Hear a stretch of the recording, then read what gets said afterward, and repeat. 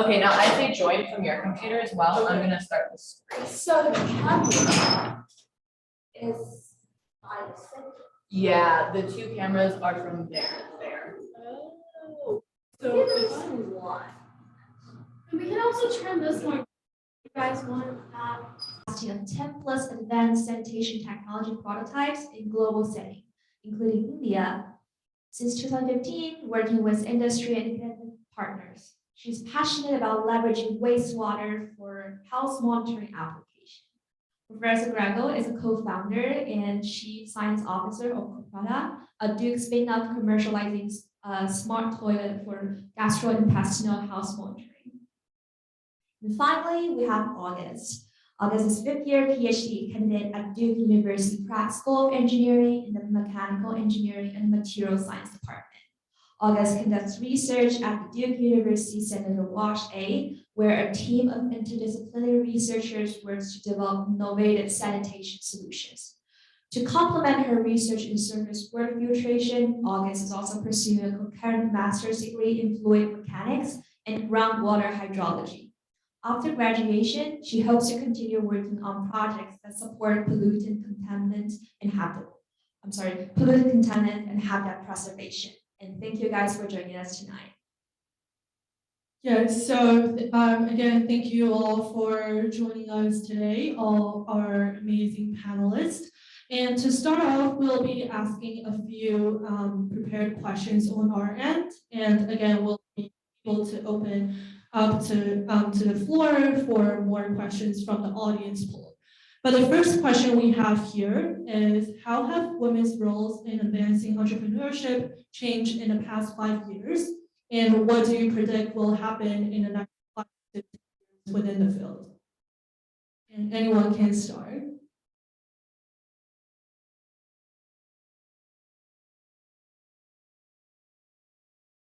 Okay, so how about let's first let August start, because she's like the first on our screen.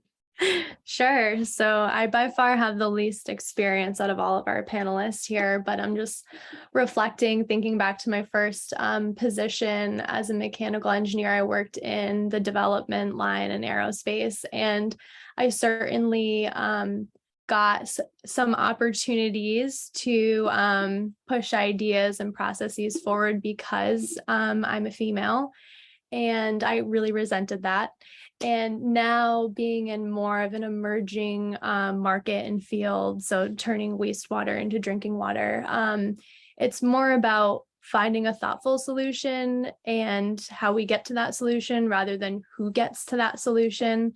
So I really appreciate seeing the focus change less from the individual that's getting to the solution, more to the solution. And I would expect that it would continue to influence other fields that are more traditionally male dominated, like that manufacturing plant that I originally worked at. Awesome, thank you so much, August. And whoever wants to go next can go ahead. Okay, I will jump in. I am from a different generation, so I've been through several cycles of research, as well as seeking funding for research, and recently doing entrepreneurship. And I do feel like sensitivity to gender and being gender conscious is an important aspect of the culture of every organization. And it is very subtle. So people, I realized that only later in my career, how important is the implicit mentorship in providing individuals advantages or tips on programs they could apply to, or other type of networking. And that and the fact that women are really underrepresented both at the highest level of leadership and in organizations, whether they are engineering or not engineering. Engineering situation is somewhat pathetic, but getting better. But in general, in a lot of disciplines, even where women are the majority of the workforce, the leadership is always male. And one of the reason is this implicit, like the person that becomes the boss is the person that was nurtured by the previous boss somehow. And I find what I find important as I'm trying to grow my career and my business, I hear mentors and collaborators that are women that say, well, and sure, I'm happy to collaborate with you because there is an actual alignment on the substance of the matter. And also specifically, I'm really happy to have another woman that aligns with this, just because that does not happen that often.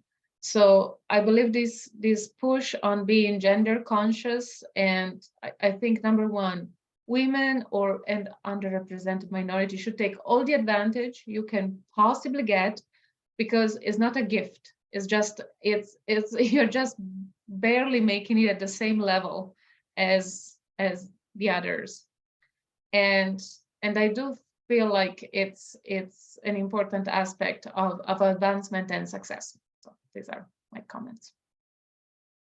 Awesome. Thank you so much, Sonia. That was a really great insight as well. And I guess, Marley, if you don't mind, you can start next. Based on like the order on our screen. Sure. I think Sonia and August have done a great job, and maybe I fall in between their career timeline.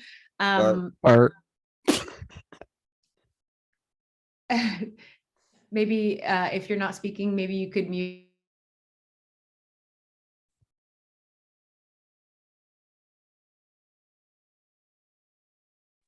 Okay, I'm unmuted now. Okay, so I think I'm in the middle of that timeline, and so I can see little bits of what August has said and what Sonia has said.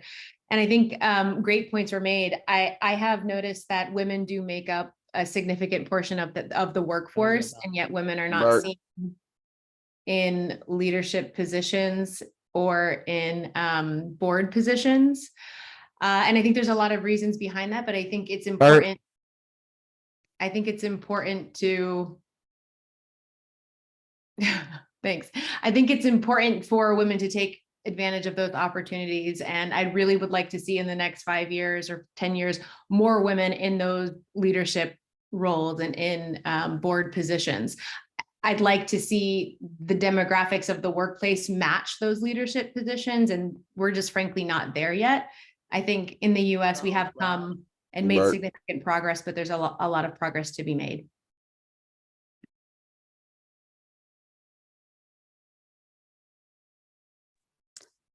You're muted, by the way. Yeah, Amy, you're muted.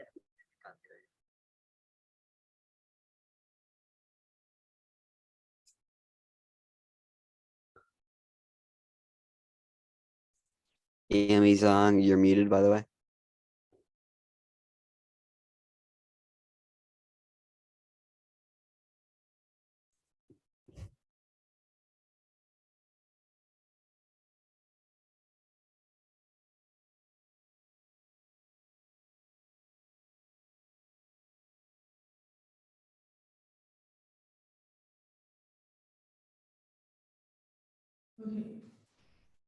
Okay, so can you all hear me okay right now? Okay, awesome.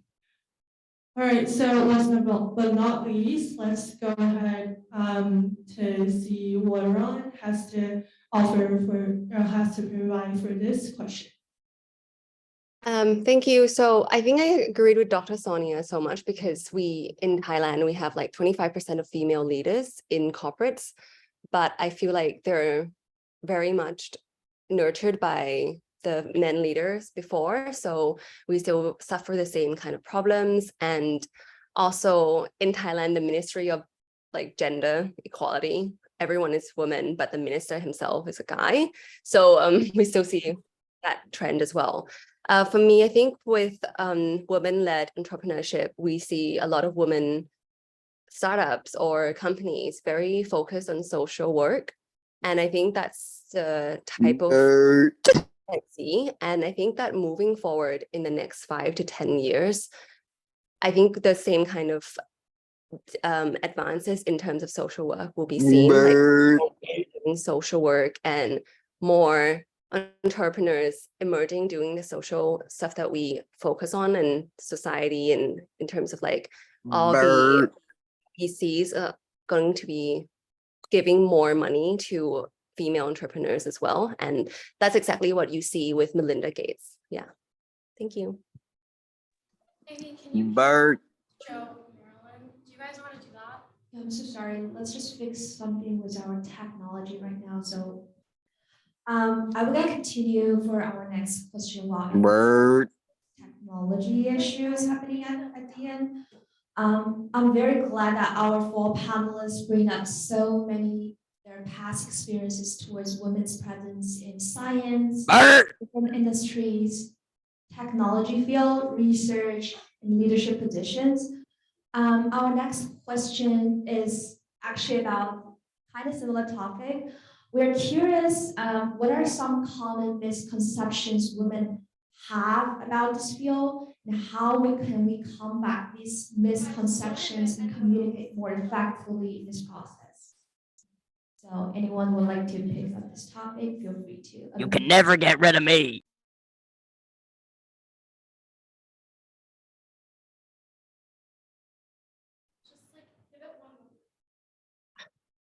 I've never been in a meeting that was so threatening to the audience that we have been so Zoom bombed. I've never seen it happen, so that's a very interesting experience. Certainly, these are not ladies that are Zoom bombing. Yeah, so sorry for the noise just now, and I think I've removed like the people, but thank you so much for your patience and understanding. We will endure. Yes, we will persevere. Thank you so much for understanding. Yeah, we also hope that everyone, since we're joining the panel tonight, we hold great respect for every woman who present here and listening to our panelists sharing about their past experiences.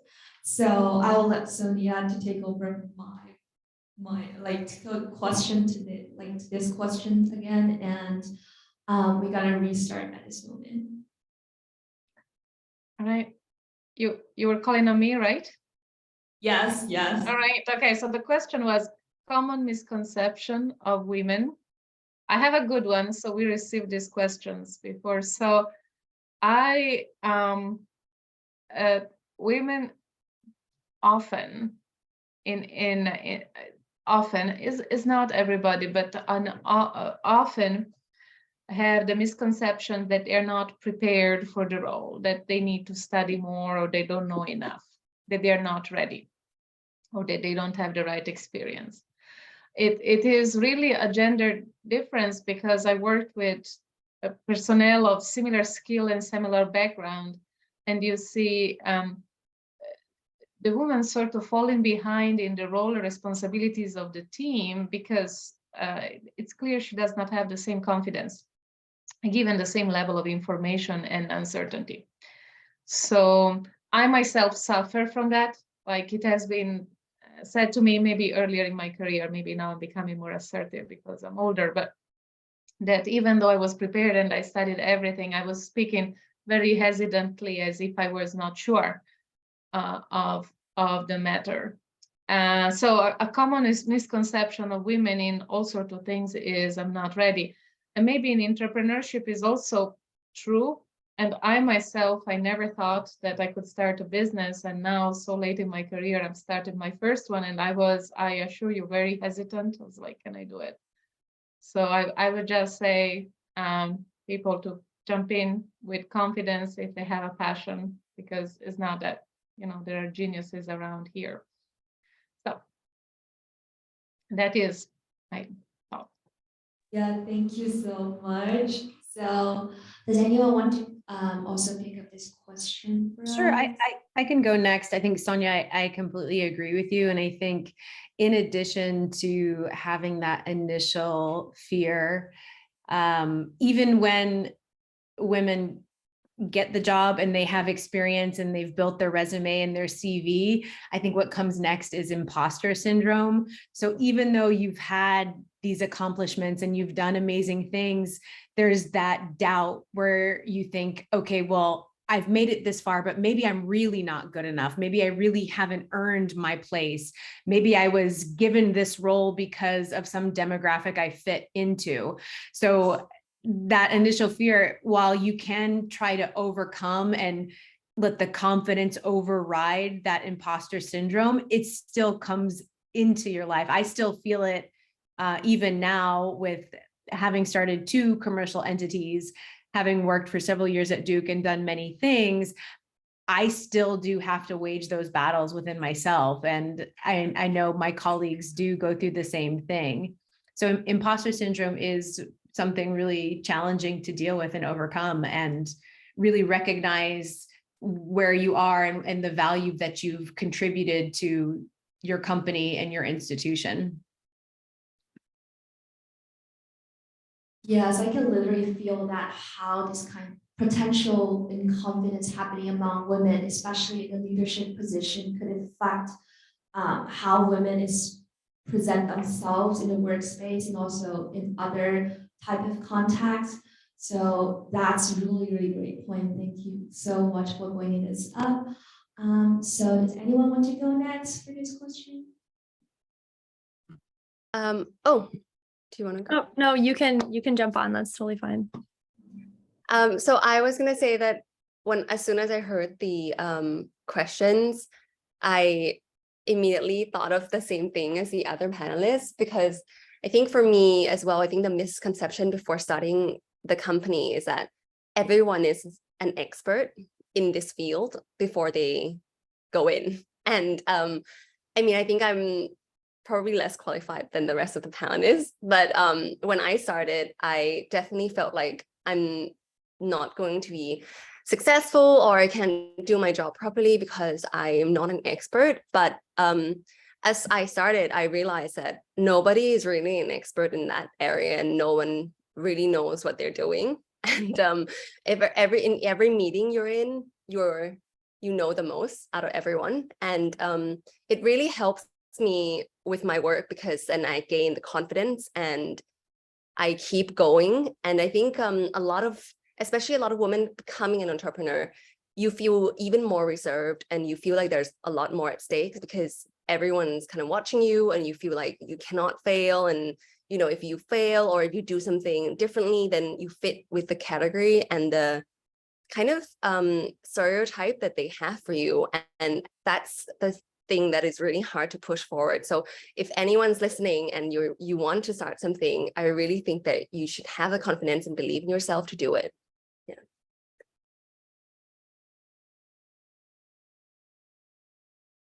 Okay, so finally we have August. Yeah, I feel like I'm just going to repeat what the other panelists have said here, but I mean, the imposter syndrome starts early. Like, I'm not sure how many other graduate students are here watching, but they're like, we get constant emails about imposter syndrome. I mean, I'm defending like this year and I still feel like sometimes I need to prove myself, even though I have clearly proved myself. And I mean, I think that is the big difference between men and women. I mean, I worked at a startup where the board was entirely men and they were so overly confident, even though it was just a train wreck waiting to go off the rails. And I could not help but think if this were a group of women right now, they would be sitting here evaluating like, wait, what is going on? Like, we should really regroup and think about this. And maybe we don't know what we're doing, but those conversations were just never had. And that's just maybe our nature, but I think that our humility is also one of our biggest strengths. Like one of the big issues in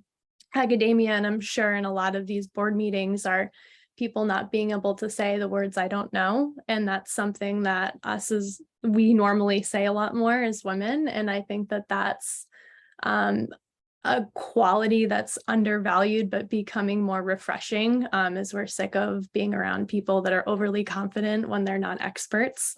And so that's something that we can bring to the table, and it doesn't just have to be a disadvantage for us. Awesome. Thank you so much for all four panelists great advice and insights to, for example, coping with imposter syndrome and how to best and confidently present ourselves as female in the entrepreneurship field. So our next question here would be, do you remember a specific experience of where you've wished that you or your organization had done something differently? And if you were to do it over, what would you change? And again, anyone can start.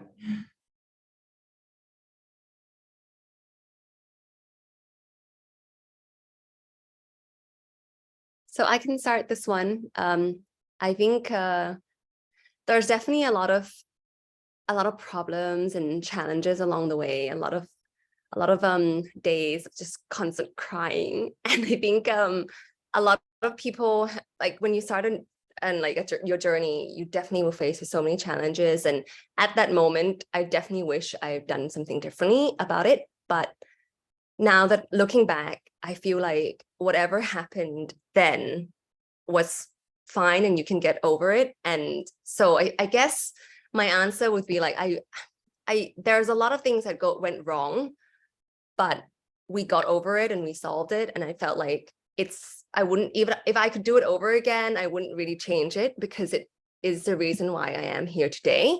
And I think this is like what I wanted to say to everyone, that whatever you do, no matter how much you prepare yourself, you can never stop something from going wrong or the way you don't like want it to be. So it's not about thinking about like, oh, the regrets that you have, but it's more about preparing yourself for something that goes wrong and then being okay and having that calm moment of realizing that you can get over it. I think that's my answer. Yeah. That's such an awesome point, Ron, about how we should deal with our fears in our daily lives and also in entrepreneurship as well. But yeah, that's a really awesome point. And anyone can jump in if you want as well. I can go ahead and add, I think, Rung, you had great points with you really can never prevent everything from going, or completely prevent something from happening. And so being able to be flexible and what you do when you fail, how you get back up is an important lesson. I think one thing that I can add that's a little bit more specific is we definitely have made mistakes in our company, but one thing I think I try to think about moving forward is just establishing expectations with our partnerships. So we work in a global health space, and so we collaborate extensively. And I think while we don't have any bad partnerships, I think we were so eager to collaborate in the beginning that we didn't establish expectations and roles for each entity in that partnership. And so I think moving forward, that's something that I really encourage my company and the company's leadership to do, is really establish expectations early on. If you're not going to have a formal contract, maybe have an MOU, just so things are very clear between the two entities and you can manage those expectations. That's an awesome piece of insight as well. And thank you so much, Marley, for that. I don't know if August or Sonia would like to jump in at this point.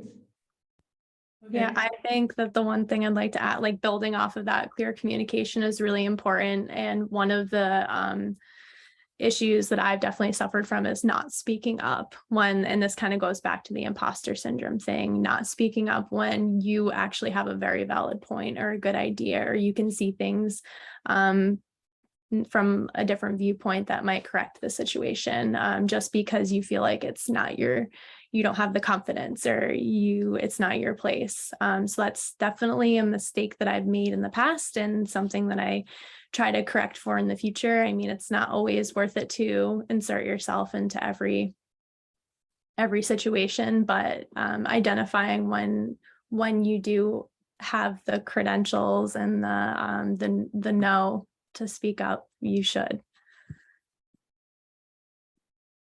Yeah, thank you guys so much. We hear so many good advices and suggestions at this moment towards expectation, towards courage to speak up. And thank you guys so much for sharing all these points. And we just want to follow up with the question of as a comparison. So from your guys' past experiences, we are just curious whether you have done, whether you remember anything you guys have done in the past that you wish everyone else will be doing and wish that someone else was doing at that moment, and why?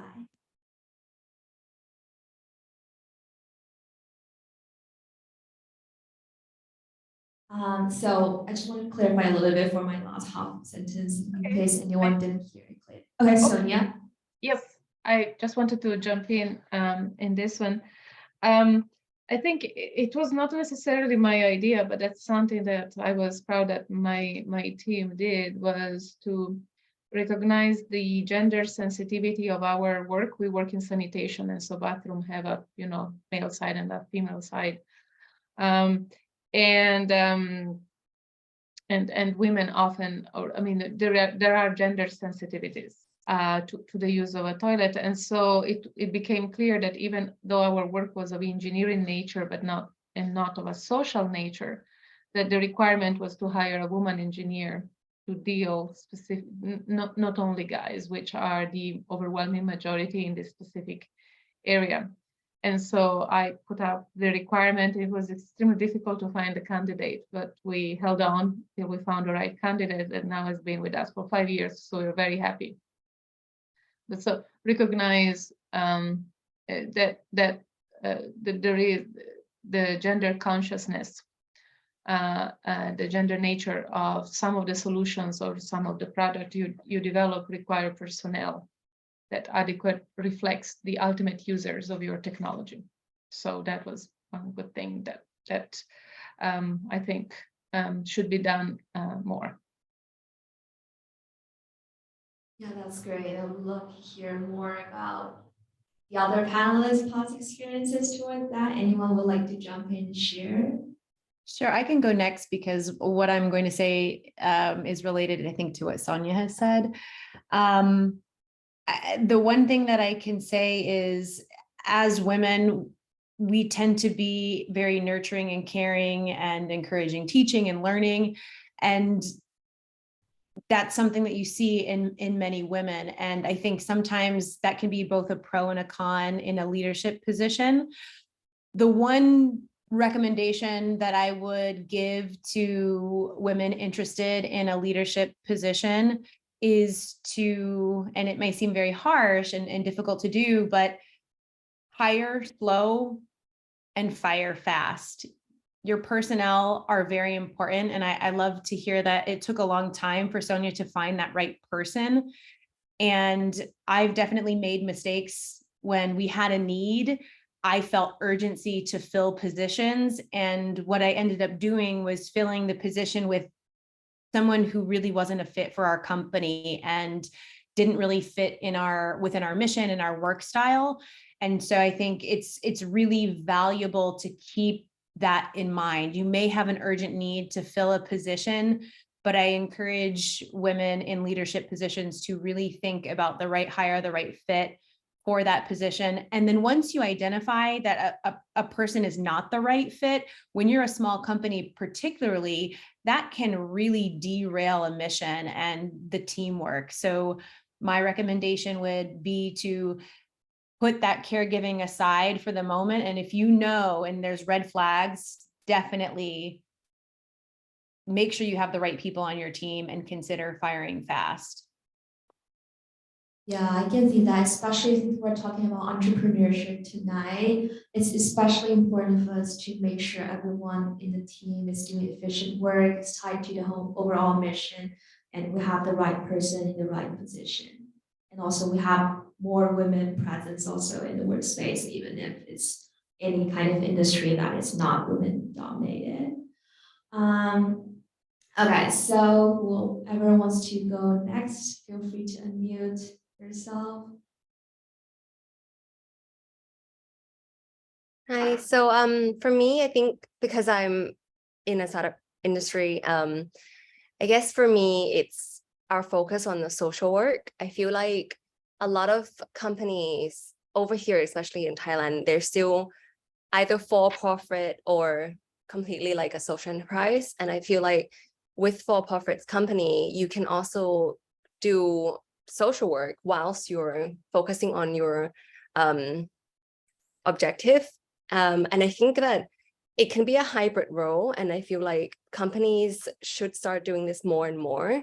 And I think that that's something that we've definitely decided to do and felt like this is actually perfect. This is great. We are pushing for the mission that we want whilst also completing using funds from our operations. And I think that that is something that many people still find difficult or have a misconception that you can only be one or the other, but you can't do both. So yeah.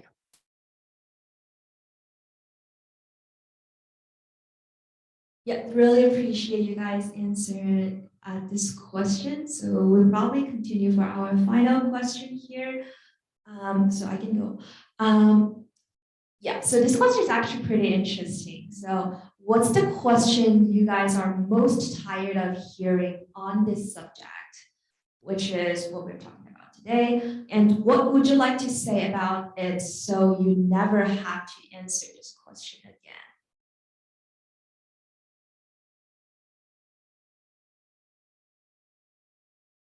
August, do you want to go first? Honestly, like I am drawing a blank here because I have far less experience than other panelists, so I'll have to think about this one. No worries, take your time. Whoever wants to jump in can feel free to jump in. I can go first then. I think I can't really pinpoint one question, but basically the personal questions like, do you have a family? Where did you graduate from? Are you doing this full time? Is this the first time you started a company? It really ticks me off. I think I hear it quite a lot, mostly from men actually. And I guess the answer for me is it doesn't matter.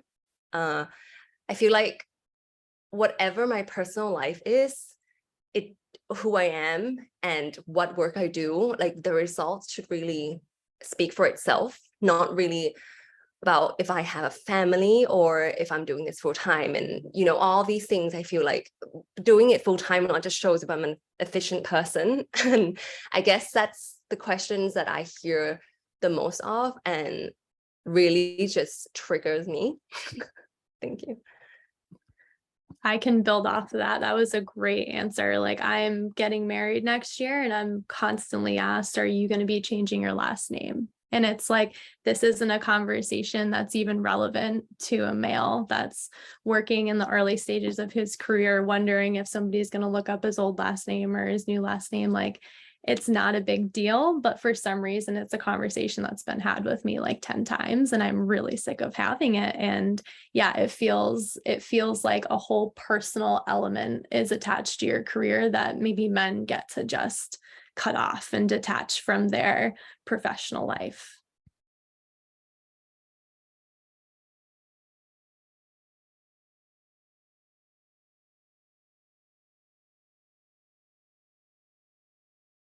Thank you, Ron and August. Those are very awesome answers. And I would just like to see whether Marley or Sonia want to take the first step to answer this question, but if not, no worries, we can definitely jump into the questions from the audience that we have.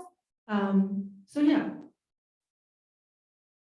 I don't have anything to add. I think those were great. Okay.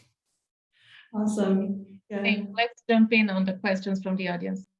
For sure, for sure. Thank you all for all the amazing answers that you provided just now. And I think all the audience from like the event today will learn so much from what you have offered.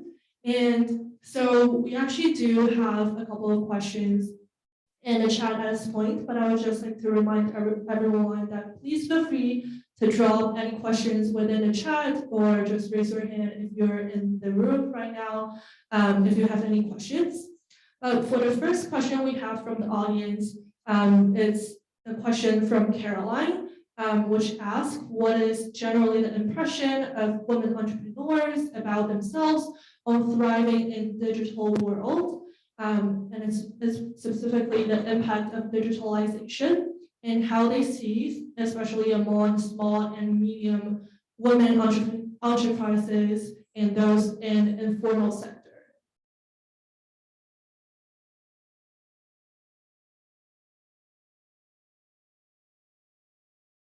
And again, whoever feels ready can jump in. Yeah,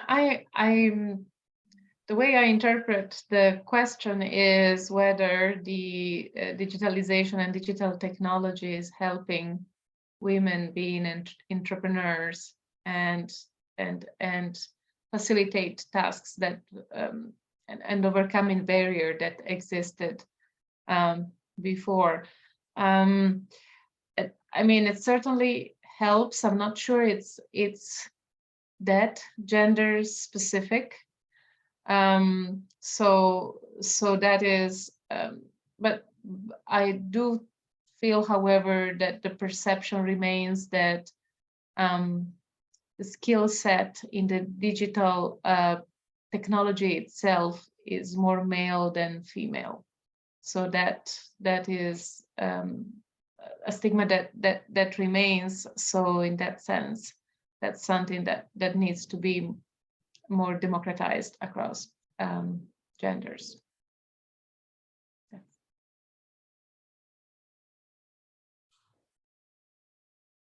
That is really awesome to learn more about your insights, Sonia, and thank you so much for that. And I'm not sure, please feel free to jump in if you have additional insights or anything that you would like to add, for sure.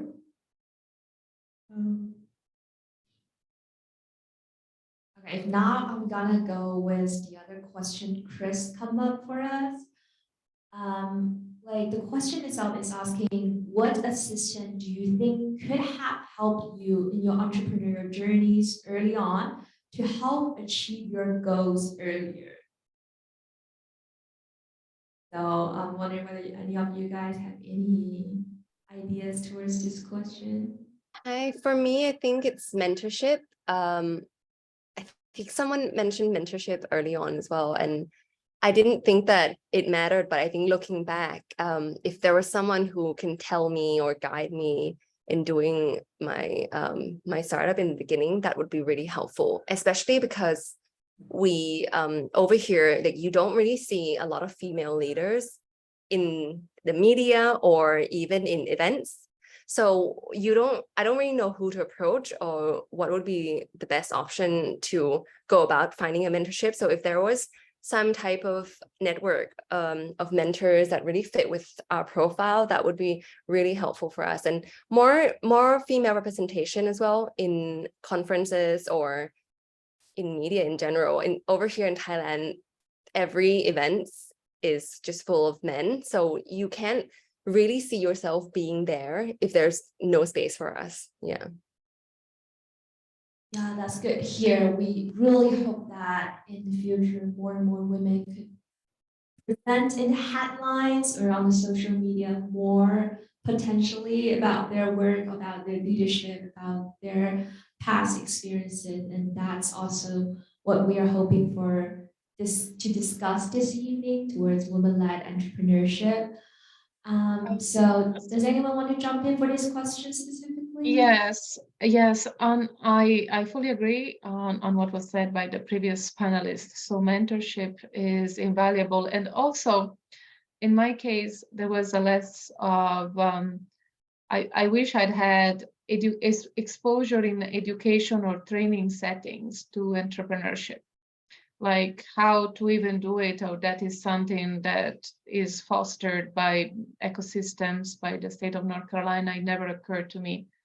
So I have a certain level of education, and with that one, I naturally expected to work employed by somebody. It did not even occur to me that there was an entrepreneurship path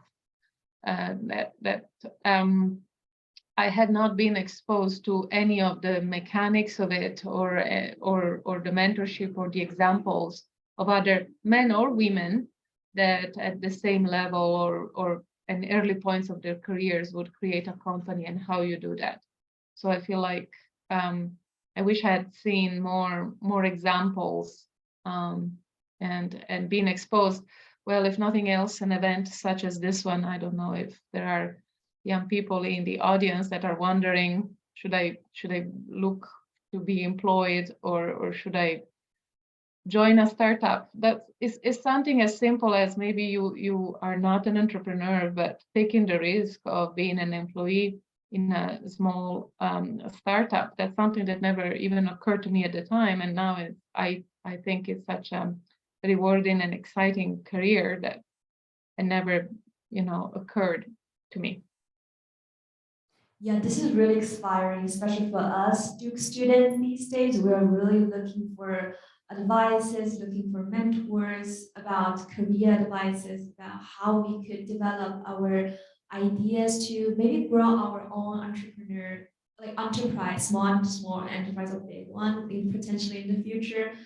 I know a lot of our attendees tonight from BO or from UNICEF potentially are looking for some suggestions about their future. So I just want to follow up the small question for our attendees tonight is, what are some of you guys' suggestions for Duke students, also especially women who are interested towards potentially entrepreneurship or maybe innovation related positions in the future? What are some of you guys' advices for them?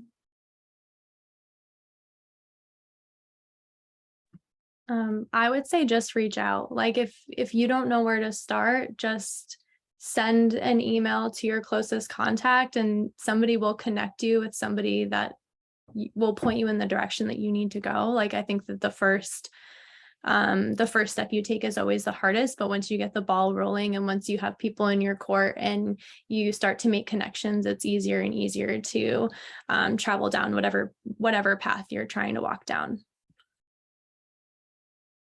I was going to say the same thing. At the Center for Global Women's Health Technologies at Duke, we do offer interdisciplinary programs. So even though most of what we do is mentoring PhD students in engineering, we do offer a number of positions for undergrads and also a gap year position. And positions like that are not focused on traditional research, but it allows a student or a learner to have experience with commercialization and translation. So a little bit of a different research opportunity. Absolutely. Check out websites, inquire, send resumes, definitely make contact.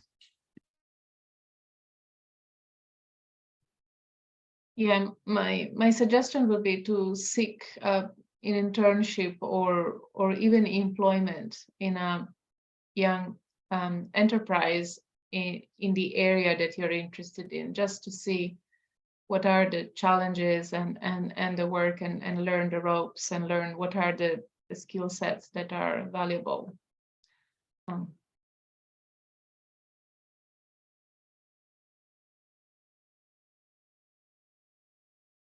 Yeah, thank you all for your advice on reaching out and to learning more about the field in general.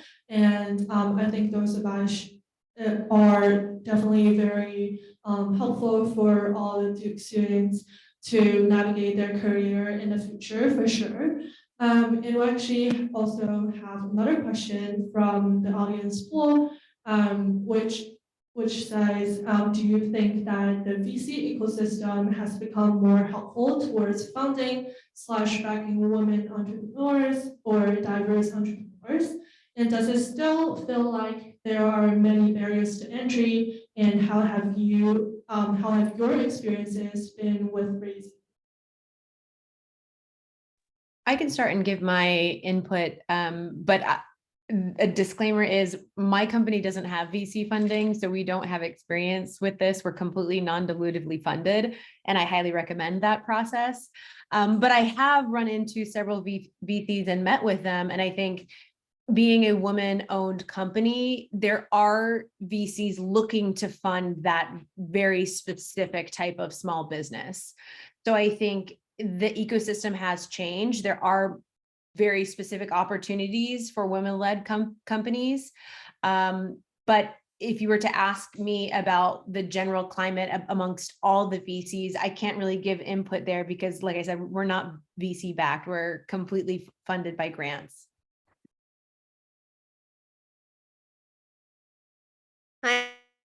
I can share as well. So, well, over here in Thailand, we're still very much, well, not a lot of people fund women-led companies yet.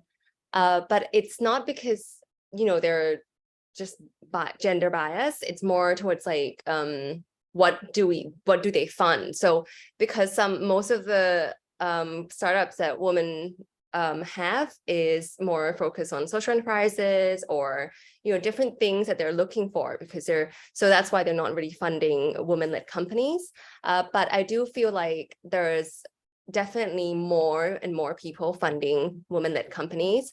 And I think in the future, in terms of my experience as well, I think that people should look outside of VC funding as well. That's definitely something that we learned because we found out that when we were looking around VCs, we found out that they're not really fitting with our company as well in terms of their mission and vision. And that could be quite detrimental if you take their funding. And when we looked outside, we saw that grant money is actually more fitting for us in terms of what we want to move, like what we want to do, and also where we want to go in the future. And we also found out that grant money from not just in Thailand, but also outside of our country could be very useful for us. So don't be limited to just, you know, your geographic area. I think when you're looking for funding, look outside of your comfort zone as well. Yeah. Yes, I totally agree with that point. I think towards driving impact, there's no national boundary at all. We are looking for like a global level of support all over the world. And definitely it's great to hear we are not only looking for VCs, but also other sources of grants or any level of support from people anywhere of the world. Okay, so we have our last question tonight, but let's just say if you have any questions, feel free to raise your hand on Zoom, and also you could also raise your hand, unmute yourself freely. So let's go to our final question here from Kyla. So this question is about what inspired you to start your entrepreneurial journey and what inspires or motivates you to continue. So anyone wants to jump in for this question? I can go ahead and start because I have a very specific event that happened. It was never our intention to start a company. My colleagues and I were quite happy at Duke doing the research and innovation that we were doing in women's health. And what inspired us to spin out was that the partner that we had been cultivating to license the technology, the deal fell through with Duke. And if you're at Duke, you don't negotiate the license. OLV negotiates that license for you. And so because the licensee and Duke could not come to an agreement, we, as the inventors, knew we needed to step in. And so when the deal fell through, we created our for-profit entity to negotiate with Duke. And so we were able to do that. And that's why we formed the company. So we had never intended to become entrepreneurs. We had always intended for the technology to be licensed by another organization. But we had to change that philosophy when the deal fell through. Yeah, that's pretty interesting to know that the starting point is probably like a serendipity. And so very also happy to know that there could be connection between science and entrepreneurship in this sense. So I just want to pop up to anyone else. Oh, I see another hand raised. Annika, would you like to jump in for a question? Yeah, so thank you guys so much for all of your thoughtful answers to questions. And so I guess one question that I had is, I wonder if any of you think that kind of like as female entrepreneurs, whether female entrepreneurs have a responsibility or what role that they can play in terms of like uplifting women, like especially in our society, given the sociopolitical climate surrounding women's issues right now. And so I guess I was wondering if anyone had an opinion on what role female entrepreneurs can play in that. I guess I'll jump in quickly. I don't think the onus should be put 100% on us because we don't make up the whole environment that we're working within. So it's on everybody to be uplifting and supportive in whatever environment, startup, or whatever business you're working in. But I definitely think that it's our responsibility to mentor whoever's coming through. Like I'm always looking for somebody to learn from. And I know that without that support system, I would be spinning my wheels a lot more and getting a lot less done and making a lot less progress in my career.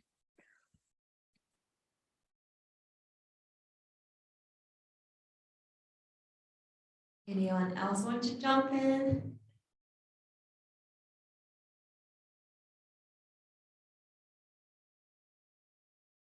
Okay, so again, thank you everyone, especially August, Marley, Sonia, and Ron for your amazing insights into your work and work in entrepreneurship and your experiences, share your experiences with us. We really appreciate that. And we'll also love to let everyone join us to have a big round of applause, either in person or virtually, for our panelists today. Thank you so much for your time, and we really appreciate it, and sincerely apologize for the technical issues today. And sincerely hope everyone have a great rest of the evening. And stay tuned for the rest of the Social Impact Forum for sure. So yeah, thank you all for coming. Hope you have a great evening. Thank you. Thank you.